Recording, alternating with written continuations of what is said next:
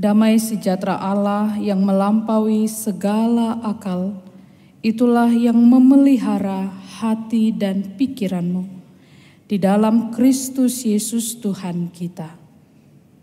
Amin. Shalom Bapak Ibu Saudara-saudari. Jemaat yang terkasih, baik yang ada di gereja ini juga yang mengikuti ibadah secara online, live streaming, dimanapun berada, kami menyapa saudara-saudari, kiranya Tuhan memberkati. Teristimewa untuk Amang Inang, saudara-saudari Bapak Ibu yang mungkin tidak bisa beribadah karena sedang sakit, kami mendoakan Tuhan memberikan kesembuhan untuk saudara-saudari.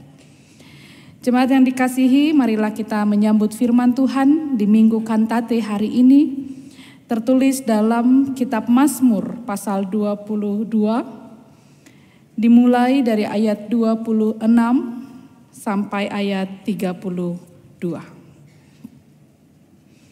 Demikianlah firman Tuhan dituliskan.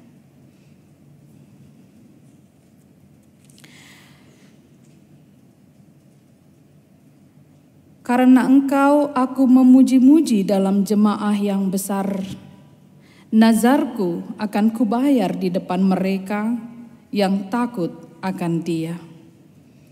Orang yang rendah hati akan makan dan kenyang. Orang yang mencari Tuhan akan memuji-muji Dia. Biarlah hatimu hidup untuk selamanya. Segala ujung bumi akan mengingatnya dan berbalik kepada Tuhan, dan segala kaum dari bangsa-bangsa akan sujud menyembah di hadapannya. Sebab Tuhanlah yang empunya kerajaan, Dialah yang memerintah atas bangsa-bangsa. Ya, kepadanya akan sujud menyembah semua orang sombong di bumi.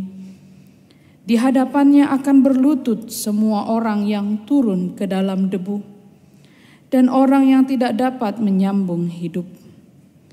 Anak-anak cucu akan beribadah kepadanya, dan akan menceritakan tentang Tuhan kepada angkatan yang akan datang.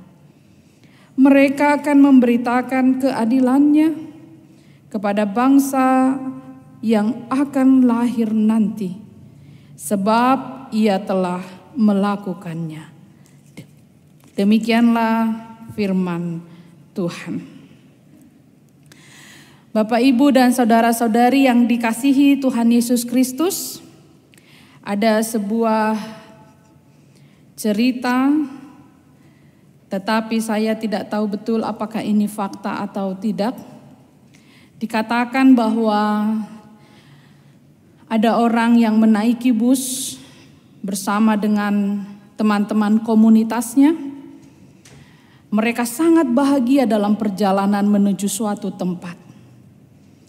Lalu ketika mereka di dalam perjalanan tersebut, mereka bernyanyi, mereka bergembira. Lagu-lagu yang dinyanyikan adalah lagu-lagu, kalau istilah kita ini adalah lagu-lagu yang rohana, lagu-lagu duniawi, lagu-lagu yang bernadakan tentang kegembiraan di dunia ini. Tetapi ternyata mereka melewati sebuah jalan yang sempit dan jurang. Mereka mulai ketakutan, dan supir juga mulai panik. Lagunya mulai diberhentikan. Yang tadinya mungkin lagu Mardua Holong atau Orang Ketiga atau lagu yang lainnya, kalau kaum ibu biasanya lagu rap itu kesukaannya kalau di pesta ya. Lalu tiba-tiba dimatikanlah lagu ini. Amang Inang berdoa kita ya, jalannya udah mulai susah ini, katanya begitu, kata supir. Penumpangnya pun mulai gelisah. Akhirnya yang tadinya mereka bernyanyi lagu begitu gembira, lagu yang begitu ceria, digantilah menjadi lagu buku Ende. Oh Tuhan, togu mau, tu dalan lomoni rohami, dan seterusnya. Lalu kata supirnya, ngemelua behita, kita sudah lepas, jalannya sekarang sudah mulus. Atong Pak Supir, nyalakan lagi lagu rap tadi itu. Gogo bahek kamu inna. Sudah lewat pencobaan, sudah lewat jalan yang susah, lagunya kembali lagi. Saudara-saudari, bernyanyi memuji Tuhan seringkali mungkin terjadi dalam hidup kita ketika kesesakan mulai melanda. Ketika kita menghadapi kesulitan, ketika kita menghadapi kesusahan, rasanya mudah sekali memanggil Tuhan. Dan tiba-tiba semua lagu-lagu penyembahan sepertinya cocok untuk kita. Pasien Edeon Tungolukuk. Cocok sekali lagu ini sama yang kuhadapi sekarang. Atau mungkin ada kor sedang dalam pergumulan. Ketika dinyanyikan bisa sampai menangis. Lalu kita bilang lagu ini pas sekali dengan kondisi hidup saya. Kantate itulah minggu hari ini. Kantate artinya menyanyikan nyanyian baru bagi Tuhan. Bernyanyilah bagi Tuhan. Nyanyikan nyanyian baru bagi Tuhan. Yang dituliskan dari Mazmur 98 ayat 1. Memuji Tuhan melalui nyanyian, inilah arahan minggu kantate pada hari ini. Itu juga yang diserukan oleh pemazmur Daud di dalam khotbah hari ini, Mazmur 22. Kalau kita melihat Mazmur 22 ini dibuka dari ayat 26. Seolah-olah Mazmur tidak punya masalah. Seolah-olah Mazmur tidak dihinggapi persoalan. Karena 26 dibuka dengan kata, karena engkau aku memuji-muji dalam jemaah yang besar. Tidak nampak ada persoalan di sini. Tidak nampak Daud sedang menghadapi pergumulan di sini. Sehingga dia memuji-muji Tuhan. Tetapi Bapak Ibu Saudara-saudari, kalau kita baca nas ini dari ayat pertama. Dari ayat pertama. Dan ayat yang kedua dan ketiga, nampak sekali Daud sedang dihinggapi masalah. Kita lihat ayat yang kedua khususnya.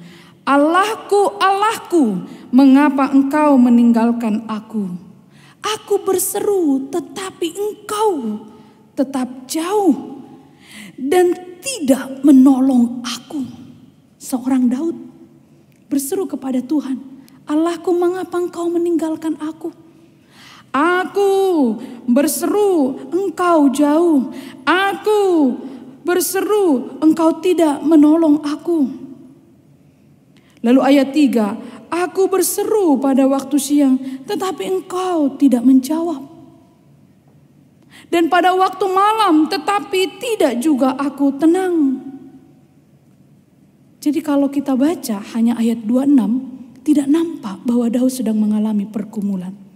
Tapi lihat dari mulai ayat 2. Bahkan dia seperti mengeluh kepada Tuhan. Engkau tidak menjawab aku. Engkau tidak menolong aku.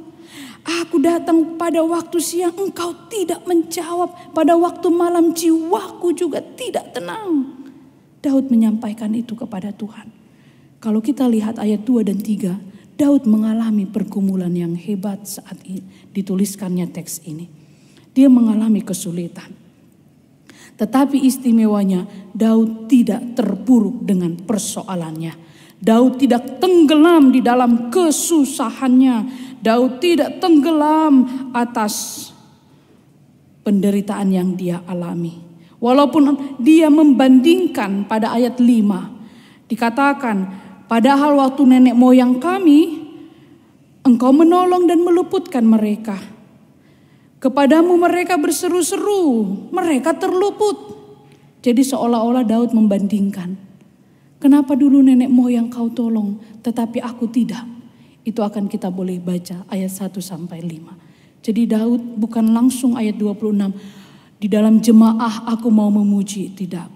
Dia punya pergumulan sebelum dia akhirnya menyatakan pujiannya kepada Tuhan. Saudara-saudari yang dikasihi Tuhan Yesus Kristus, ratapan minta tolong berubah menjadi nyanyian pujian. Inilah yang dialami Daud. Bagaimanakah kita dalam hidup sehari-hari juga kita boleh mengubah ratapan kita menjadi nyanyian kepada Tuhan. Ratapan kita berubah menjadi pujian kepada Tuhan. Keluhan kita berubah menjadi pujian kepada Tuhan. Sakit hati kita berubah menjadi nyanyian untuk Tuhan. Itulah seruan minggu kantate. Sebagaimana yang dinyatakan Daud, itu sebabnya walaupun kita melihat ayat 1 dan 2, bahwa Daud mengalami pergumulan yang berat, tetapi akhirnya dia bisa mampu berdiri dan berkata, aku mau memuji-muji Engkau di depan jemaah yang besar.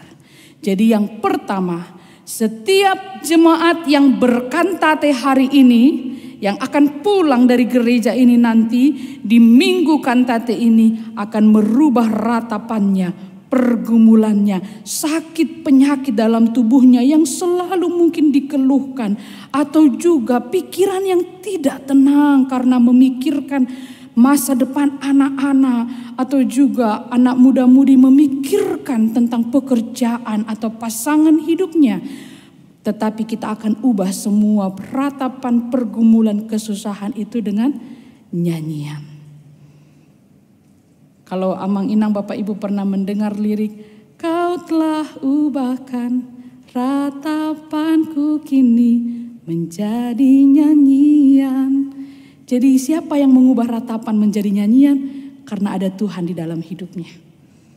Ketika orang tidak mengimani ada Tuhan dalam hidupnya, maka tidak ada nyanyian. Meratap terus, bersedih terus, bergumul terus. Kalau kita lihat Daud juga mengalami kesulitan, pergumulan. Tapi akhirnya dia bangkit. Bahkan dia sampai berkata, Tuhan sepertinya tidak mendengarkan aku. Tuhan, kenapa waktu nenek moyang Engkau tolong aku tidak? Dia seperti anak kecil bukan di sini? Ketika dia berdoa kepada Tuhan, dia seperti meminta kepada Tuhan keadilan.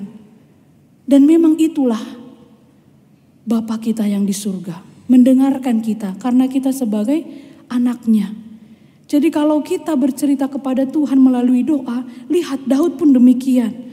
Padahal Daud raja yang gagah, raja yang perkasa, dia punya banyak panglima, dia punya banyak tentara. Tapi kalau di hadapan Tuhan, Daud kelihatannya seperti seorang anak yang sangat manja. Bercerita kepada Tuhan, meminta kepada Tuhan. Jadi kita pun boleh begitu, Bapak Ibu Saudara-saudari. Lebihlah kita mencurahkan isi hati kita kepada Tuhan, kepada Allah yang mendengarkan kita. Yang kedua, bagaimana sikap orang yang berkantate? Dikatakan di ayat 26, nazarku akan kubayar di depan mereka yang takut akan Dia. Kita tahu istilah nazar ini ditemukan dalam perjanjian lama. Nazar itu padan, kalau bahasa Batak, janji kita. Apa yang kita sudah ucapkan, yang sudah kita janjikan harus kita berikan, apalagi di hadapan Tuhan. Kalau tidak salah besok tingkat SD mau ujian. Saya tidak tahu adakah di sini orang tua, mungkin kebanyakan nanti di jam 9 yang orang tua anaknya mau ujian. Atau ada di sini orang tua yang anaknya mau masuk perguruan tinggi. Kadang berdoa, ya Tuhan kalau lulus boruku ini nanti, kugarar pun pilihan tahunku 5 tahun ke depan katanya. Pokoknya Tuhan kalau bisa 10 tahun pun tak apalah. Yang penting masuk ini perguruan tinggi negeri. Kan kalau kita berdoa berharap semua bisa kita katakan. Yang penting jadilah dulu yang kita minta ini.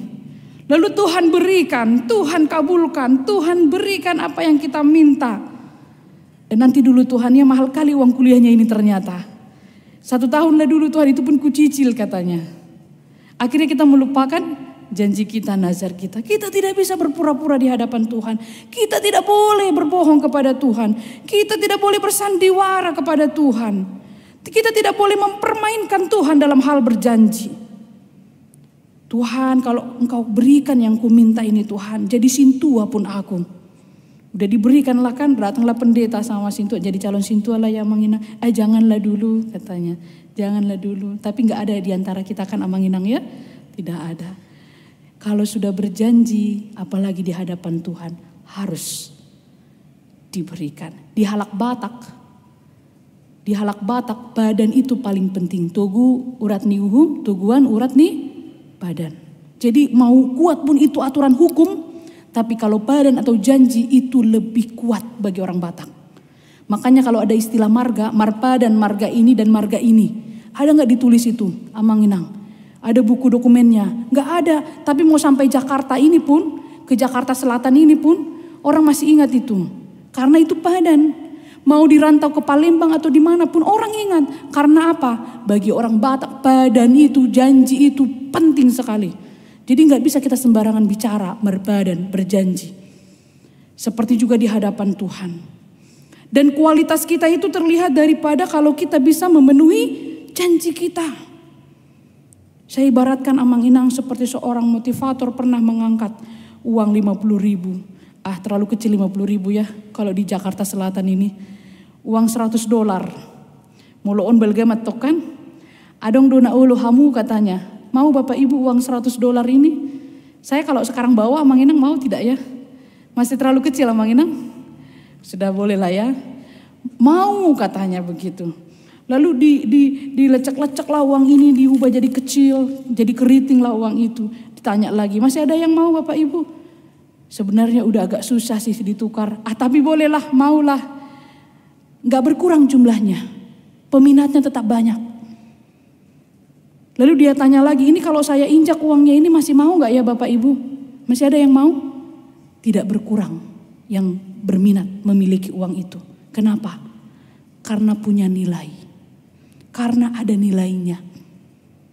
Jadi kita juga boleh diibaratkan yang membuat kita bernilai.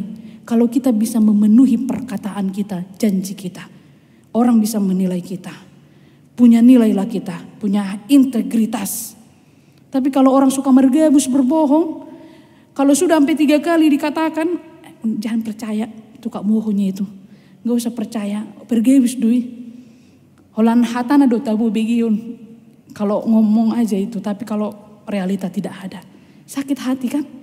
Baru neng makatai kita baru mau bicara, udah gak usah bicara. Udah tahunya aku pasti gak betul itu yang kau bilang. Sakit hati kita kan, gak ada lagi nilai kita.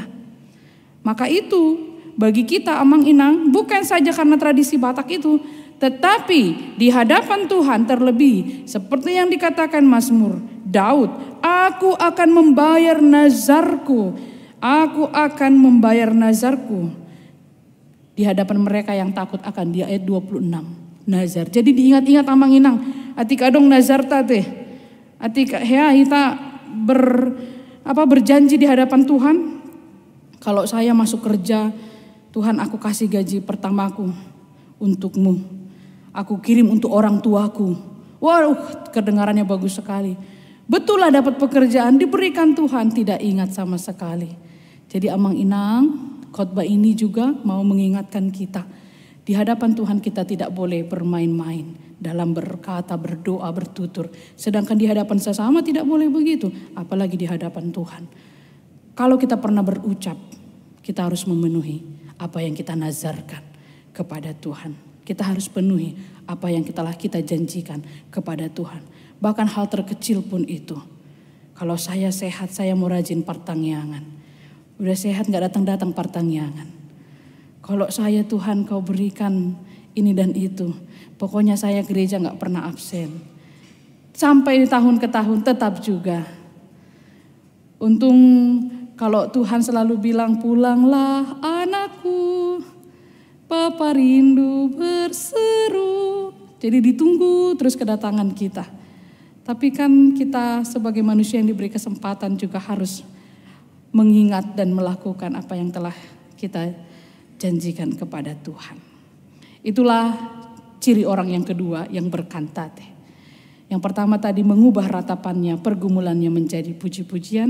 Yang kedua membayarkan nazar di hadapan Tuhan. Yang ketiga kita temukan ayat 27. Orang yang berkantate, bernyanyi, memuji Tuhan adalah mereka yang rendah hati.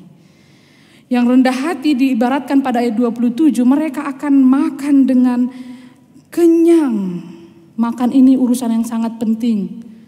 Kalau kita lihat Amang Inang dalam kehidupan sehari-hari, persoalan makan ini sudah menjadi yang sangat-sangat utama. Kalau orang katakan awalilah pagi dengan senyuman.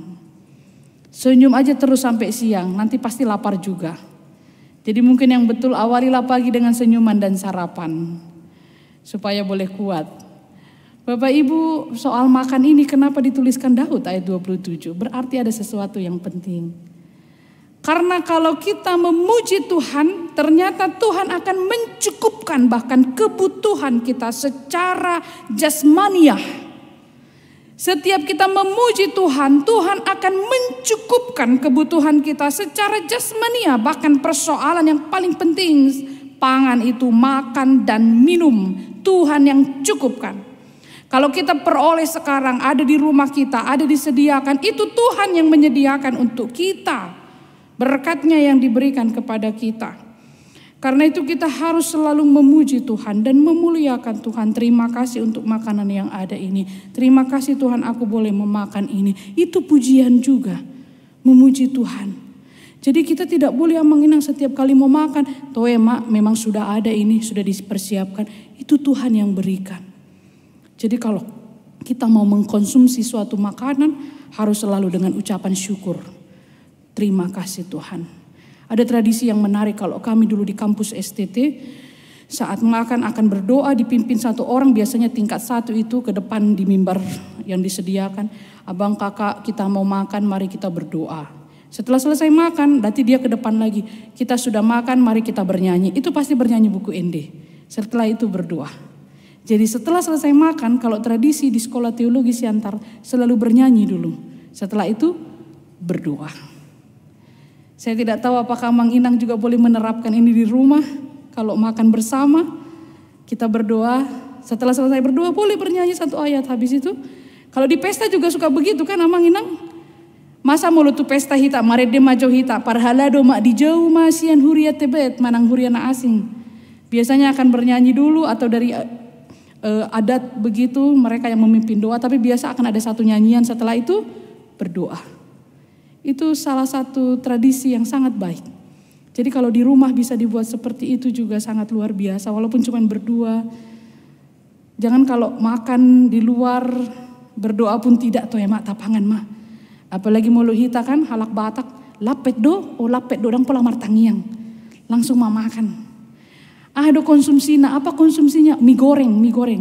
Mulu mie goreng kategori na berat doon berarti martangiang mah hita. Katanya begitu kan. Kalau nasi, lauknya, apalagi kalau udah sama saksang ya Mang Inang, wah doanya bisa panjang mungkin. Tapi kalau udah lapet roti, langsung saja. Bedanya apa ya Mang Inang? Kira-kira kita agak bingung juga membedakannya ya. Tapi ada satu gereja yang saya tidak akan sebutkan, kalau kami sermon roti atau apapun itu pasti doakan dulu. Maupun hanya roti 1, pasti berdoa dulu, baru boleh mengkonsumsi. Jadi kalau belum berdoa gak ada yang berani pegang itu. Tapi kita mungkin karena kebiasaan, tapi ini bisa menjadi sebuah koreksi. Kalaupun kita tidak berdoa secara komunal, tapi pribadi kita saat menerimanya kita boleh mendoakannya terlebih dahulu. Apa bedanya? Jangan kalau semoga makanan minuman ini molo panggang saksang kan menjadi kesehatan bagi kami. Ali molo lapet dan hidung jadi kesehatan. Ayolah naotik doon gitu ya. Jadi rasa syukurnya agak sedikit. Mungkin ini juga menginang boleh menjadi evaluasi untuk kita. Untuk keluarga demi keluarga juga, seperti tradisi yang saya katakan tadi. Sebenarnya ayat 27 mau menyatakan ketika kita hidup di dalam Tuhan, Tuhan cukupkan kebutuhan jasmani kita. Sehingga kita tidak boleh melupakan juga apa yang telah Tuhan berikan melalui makan minum yang Tuhan sediakan bagi kita. Harus selalu kita ucapkan syukur. Bahkan nanti kalau sudah keluar ya Mang Inang, sediakan teh manis atau kopi kan di depan. Biasanya kalau ibu-ibu ada di sebelah sana nanti ini. Kalau jam segini dikuasai ibu-ibu sebelah sana. Tapi kalau jam 9 kaum bapak biasanya. Jadi kayaknya ada jam-jamnya itu kursi-kursi tenda di situ. Nanti sambil minum teh, boleh berdoa dulu secara pribadi. Jadi kita praktekkan apa yang sudah kita dengarkan dalam kehidupan kita sehari-hari. Itulah yang ketiga. Dan yang keempat, orang yang memuji Tuhan adalah yang mencari Dia. Itulah topik minggu hari ini. Orang yang mencari Tuhan akan memuji namanya. Siapakah yang mencari Tuhan? Amang Inang pernah mencari suatu benda? Kalau itu penting, tidak ditemukan, bagaimana perasaan Bapak Ibu? Kesal. Bisa sampai merbadai satu rumah. Padahal yang salah, dia mungkin lupa meletakkan di mana. Di mana kacamataku katanya kan? Padahal di atas kepalanya. Di mana tadi kunci? Di sininya ku taruh. Apalagi kalau kaum ibu perempuan tidak pernah salah ini. Di sini katanya, betul di sini. Padahal dia yang lupa ditaruh di dapur misalnya. Bagaimana kondisi perasaan kita mencari enggak kita temukan? wah kesal, bisa menjadi marah. Tapi kalau mencari, kita temukan, kita akan bahagia. Aduh, syukurlah. Ekspresi seperti itu bisa kita wujudkan dengan kedatangan kita kepada Tuhan. Setiap kita beribadah ini, kita sedang mencari Tuhan. Kita temukan atau tidak, Bapak Ibu yang bisa menjawabnya dalam hati. Setelah khotbah ini, nyanyian, menemukan Tuhankah dalam ibadah hari ini? Melalui firman-Nya? Dan berbahagialah orang yang mendengar firman Tuhan, serta memeliharanya dalam hatinya. Berbahagialah tidak hanya menjadi pendengar, tetapi juga menjadi pelaku firman Tuhan. Saudara-saudarilah yang mencari Tuhan. Dan menemukan atau tidak setelah pulang dari gereja ini, silahkan boleh dijawab sendiri. Tetapi kita akan berbahagia kalau kita menemukan Tuhan. Kenapa orang bisa memuji-muji Tuhan, berbahagia karena mencari Tuhan dan menemukan dan bertemu dengan Tuhan, dia akan memuji namanya. Jadi akan bersuka cita, akan bersorak-sorai. Lebih banyaklah mencari Tuhan, bukan hanya di gereja ini. Dalam persekutuan rumah tangga, dalam pribadi-pribadi, carilah Tuhan. Setelah mencari Tuhan, dia akan memuji Tuhan. Jadi lagu-lagu itu juga lebih banyaklah lagu puji-pujian di Minggu Kantate ini. Dari kecil Amang Inang jangan diajarkan anak-anaknya lagu-lagu tentang sakit hati dan putus asa ya. Masih 5 tahun lagu-lagunya udah lagu sakit hati. Saya sangat salut kalau ada anak sekolah minggu atau anak kecil lagunya sudah buku Ende dinyanyikan. Wah, luar biasa. Siapa yang ngajarin? Opungnya. Kalau sekarang Kidung Jemaat pun bolehlah begitu misalnya. Daripada lagu-lagu sakit hati diajarkannya, lagu-lagu yang sudah sedang viral diajari kepada anaknya. Akhirnya tercangkokilah pikirannya itu dengan sakit hati, dengan tidak percaya pada orang. Dari kecil sudah ditanamkan lagu-lagu seperti itu. Curiga pada orang, lagu-lagu yang membuat dia sakit hati. Tapi harus diajari lagu-lagu mengenal Tuhan. Kalau sekarang anak kecil lagunya luar biasa Mang Inang. Kita buka aja media sosial. Masih 4 tahun lagunya udah begini. Sudah luar biasa. Tapi kalau firman Tuhan, buku Ende yang diajarkan, Kidung Jemaat yang diajarkan. Dan salah satunya karena di sekolah minggu ini ada lagu BESM, buku Ende sekolah minggu. Dan mereka ada perlombaan dan mereka dipaksa tanda kutip untuk bernyanyi lagu buku Ende sekolah minggu bahasa Batak. Liriknya semua bahasa Batak. Saya tahu ini karena anak saya nomor 1 ikut salah satunya. Kalau saya ajarin tidak mau. Tapi begitu dipaksa di sekolah minggu jadi hafal dia lagu itu. Dinyanyikannya terus setiap malam sambil menghafal lagu itu. Dan salah satu tradisi yang baik. Akhirnya dia mulai mencintai lagu-lagu Tuhan terlebih di tengah gereja kita HKBP. Jadi itu peran juga dari orang tua atau gereja untuk mengajari anak-anak semakin mencintai Tuhan melalui lagu-lagu. Karena kantate itu adalah mengekspresikan perasaan kita kepada Tuhan. Bernyanyi itu seperti ventilasi emosi. Jadi kalau kita sedang sedih, marah, kita akan menyanyikan lagu pujian untuk Tuhan, itu menjadi sebuah jalan atau sebuah solusi yang terbaik. Kalau kita ingat di khotbah beberapa minggu lalu, biarlah kamu marah tapi tetaplah diam dalam tempat tidurmu. Dan janganlah berbuat dosa. Tapi kalau kita juga sedang marah, kita diam, tapi setelah itu kita boleh memuji Tuhan. Jadi Amang Inang, mari di Minggu Kantate ini setiap kita boleh mentradisikan untuk memuji Tuhan seperti yang dikatakan ayat 31, anak cucu akan beribadah kepadanya dan menceritakan tentang Tuhan. Dan ayat 32 juga begitu, lahirlah nanti bangsa yang akan memuji Tuhan. Kalau jumlah kita yang datang ini tidak bertambah kepada anak cucu kita, ini bisa gereja kosong Amang Inang. Tahun ke tahun gereja bukan bertambah, bukan bertambah padat, berkurang. Jadi kalau orang yang mau memuji Tuhan itu tidak ditradisikan seperti ayat 31, 32, anak cucu mendatang, mereka akan hilang dan tidak lagi memuji Tuhan. Karena itu sejak sekarang dari orang tuanya pun boleh setiap rumah tangga menyanyikan lagu pujian, bangunlah rumah tangga yang tidak sepi dengan lagu pujian. Melubui diputar matorus, nyanyikan terus, setiap bangun pagi pun nyanyikan supaya anak-anak yang tertidur pun mendengar lagu pujian. Dan itu akan membangkitkan iman percaya kita. Manginang yang dikasihi Tuhan Yesus Kristus, selamat berkantate, ubah ratapan menjadi pujian, selamat berkantate, ingat nazar kita kepada Tuhan, selamat berkantate, hiduplah rendah hati, selamat berkantate, carilah Tuhan dan kita akan berbahagia, selamat berkantate, generasikan kepada anak cucu kita, keturunan kita. Tuhan Yesus memberkati. Amin. Marilah kita berdoa. Bapa dalam kerajaan surga, kami memuji Engkau karena Engkau mengasihi kami. Kami memuji Engkau karena Engkaulah Allah pencipta kami. Kami menyaksikan firman-Mu melalui kehidupan seorang Raja Daud yang berseru kepada Tuhan, menyampaikan keluh kesahnya, menyampaikan isi hatinya. Namun akhirnya dia kembali memuji Tuhan. Dia kembali memuliakan Tuhan. Berkantate, itulah juga yang menjadi seruan untuk kami hari ini.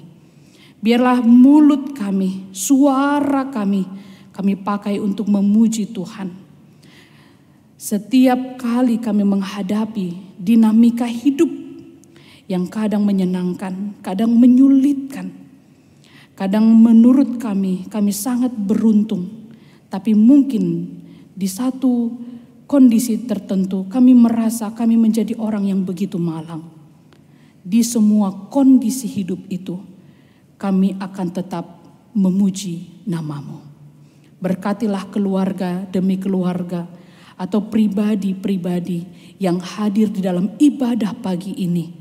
Biarlah kami selalu berkantate. Ucapan kami lebih banyak kami arahkan untuk memuji nama-Mu. Tuhan, kiranya Roh Kudus-Mu menguatkan kami untuk melakukan firman-Mu. Allah yang maha baik, berkatilah seluruh jemaat-Mu yang hadir pada hari ini. Baik yang hadir di gereja atau mengikuti ibadah secara online karena kondisi tertentu. Berkatilah kami, curahkan Roh Kudus-Mu agar kami bersuka cita setiap kali kami datang beribadah dan berjumpa dengan Tuhan. Kami mencari Engkau karena kami sangat memerlukan Engkau dalam kehidupan kami. Kami teringat ada banyak sekali jemaat-Mu yang sakit, terbaring lemah, dan bahkan tidak mampu bersama dengan kami di tempat ini. Ada yang dirawat di rumah sudah lama, dan ada yang dirawat di rumah sakit berhari-hari lamanya juga.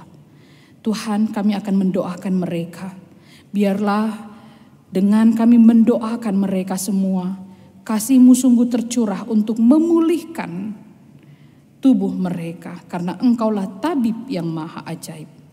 Berikan kesembuhan-Mu Tuhan melalui Amang Insinyur, Sintua Insinyur Daulat Simbolon, Nyonya Mida Siahaan Boru Silaban, Nyonya Elizabeth Tambunan Boru Lumban Tobing, Nyonya Resmin Tampu Bolon Boru Silaban, Naraja Sinaga, Sintua EMH Papahan, Nyonya Lois Sianturi Boru Tampu Bolon, Nyonya Siahaan Boru Naingkulan, Bapak Alfredo Patio Huta Barat, Sintua RC Manungkalit, Nadia Indriani Boru Simatupang, Nyonya Siti Bonur Sibarani Boru Pasaribu, Josephine Boru Munte. Kami membawa mereka kepada tangan Tuhan, biarlah mereka yang dirawat di rumah sakit pulang dengan sukacita dan kesehatan yang sempurna.